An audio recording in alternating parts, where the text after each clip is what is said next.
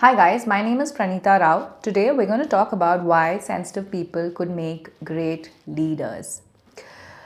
Uh, who are sensitive people, right? So anybody who is highly aware or aware of stimuli like information, thoughts, words, art, emotions, feelings, um, could be sensitive, and if somebody is extremely aware of various stimuli at one given point, they could be highly sensitive. Although I'm giving a very generalized definition, but I want to make sure that it's as jargon free as possible, which is why I'm using it. But if you look up high sensitivity, you'll find a lot of research around it, and you learn that highly sensitive people and sensitive people are unique individuals and have a different nervous system than somebody who isn't higher on the sensitivity spectrum. Also, high sensitivity and sensitivity is not really a mental health issue, and we need to start looking at high sensitivity as a genetic trait than a mental health condition that needs medication. And I have been actively educating and raising awareness around high sensitivity and sensitivity for the past 3 years. And I have seen that in doing so, I have learned so much about myself as a highly sensitive person. Hi, I am a highly sensitive person, by the way. And so much about the world that we live in, that there are so many people who are sensitive, who are highly sensitive, don't know that. But as soon as I start talking about it, something in them tells them, hey, this is for me.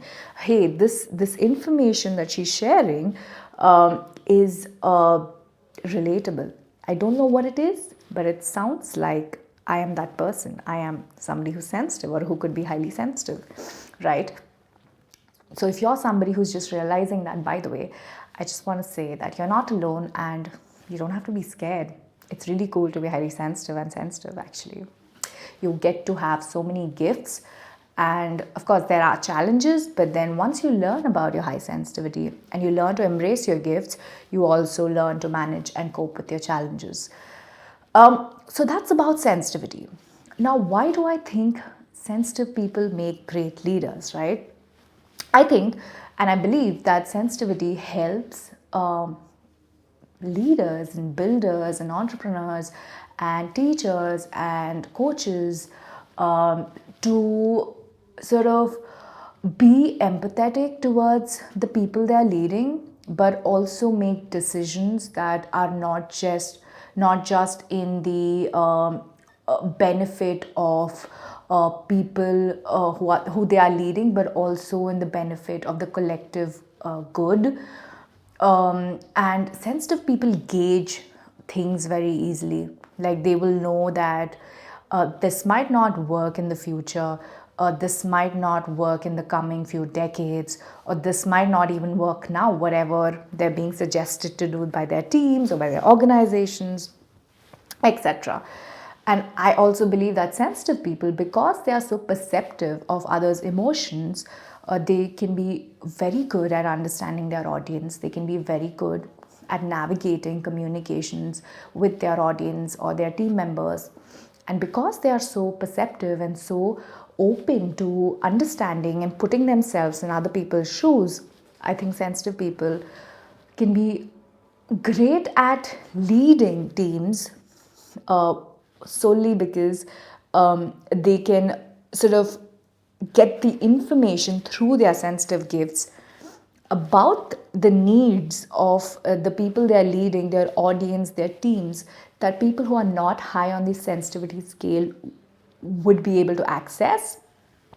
For example, if you are sort of building a company and it's a very niche service or a product that you're introducing in the market, and if you are somebody who's sensitive or highly sensitive, you could have the potential of understanding your audience's needs way better than somebody who might not be sensitive without doing much research.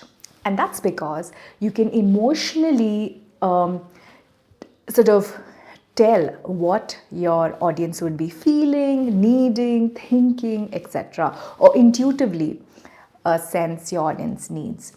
And if you're highly sensitive, you could also be psychic. You could be energetically sensitive, which makes it all the more cool for you to be a leader, because then you would know more about your audience. You would understand how to navigate the path as a leader using your gifts, but also as to how to navigate your path as a leader using your gifts, not just for yourself, but for others. And many a times, highly sensitive people and sensitive people become leaders to, yes, lead, but also make way for other leaders. And I think that's another mission many highly sensitive and sensitive people have in the world. And because we are sensitive and highly sensitive, I think we allow that to happen. We open ourselves to encouraging other leaders as well. That's about why sensitive people could make good leaders. And another point I forgot is that when sensitive people are leaders, it's very easy for on an audience that is high on an emotional charge. They might not be necessarily sensitive or highly sensitive, but if they're emotional as people, they can also relate to sensitive and highly sensitive people, which makes it very easy for a higher degree of outreach to happen for your work, because not only are you targeting your primary audience, but you're also targeting your secondary audience, who you might not have been able to target if you were not that sensitive, or you were not capable of understanding the needs and emotions of different types of people. And high sensitivity really enables individuals to gauge everybody's emotions, thoughts, feelings, and needs, and which is why it's a very important benefit for leaders who are highly sensitive people to use their gifts in this way in their leadership, day-to-day leadership tasks, because then they can not only impact one layer of the population, but also the layers that don't seem obvious to cover in their under their work umbrella, but could be covered. And that's why I feel that being sensitive and highly sensitive and a leader is a great combination. Now, if this is something that really intrigues you and you feel as though, wow, I would love to learn more about sensitivity or high sensitivity or leadership, and I would love to know as to how I can use my high sensitivity in my work or sensitivity in my work, and how do I navigate my challenges as a sensitive person? Are there like tools that I can use to cope with my sensitivity? Is there something that I can do to heal my wounds as a sensitive person so that I can be a better leader? Is there something I can do to sort of understand how my gifts work as a sensitive person so that I can use them in my leadership skills as a part of my leadership skills, or to be a better leader, lead better? And if these are some questions that you are having right now, I would like to invite you to join me on a free clarity call where we can discuss your challenges as a sensitive or a highly sensitive person, and we can give you the support that you deserve. Hi, my name is Pranita Rao. I am a former dentist, an intuitive abstract artist, a published science author, an energy worker, and an angelic medium. I support sensitive people, highly sensitive people, and spiritual seekers uh, with the help of art, with the help of my intuitive guidance, angelic healing, angelic Reiki, and a lot of love. So, if you are interested in learning and growing and truly transforming your life, that is, if you're willing and ready to invest in your growth as a sensitive person and a highly sensitive person, I hope to see you in the clarity call. The link for it is in the description of this video. I would love for you to visit my websites wherein there is more information about how art helps highly sensitive people and sensitive people with their nervous system, with their emotional overwhelm, with their information overload, with stimulation in general, or with their creativity blocks or their artistic gifts. And also, you can visit my website wherein I talk about how snail time, yes, that is time with snails, benefits sensitive people to slow down, rewind, and unwind, and also how angelic Reiki helps with slow living and helps with energy healing and emotional healing. So, if these are topics that you would like to learn about for yourself or for your sensitive, highly sensitive friends and family members, please do remember to check out my websites. Again, the links for them are in the description.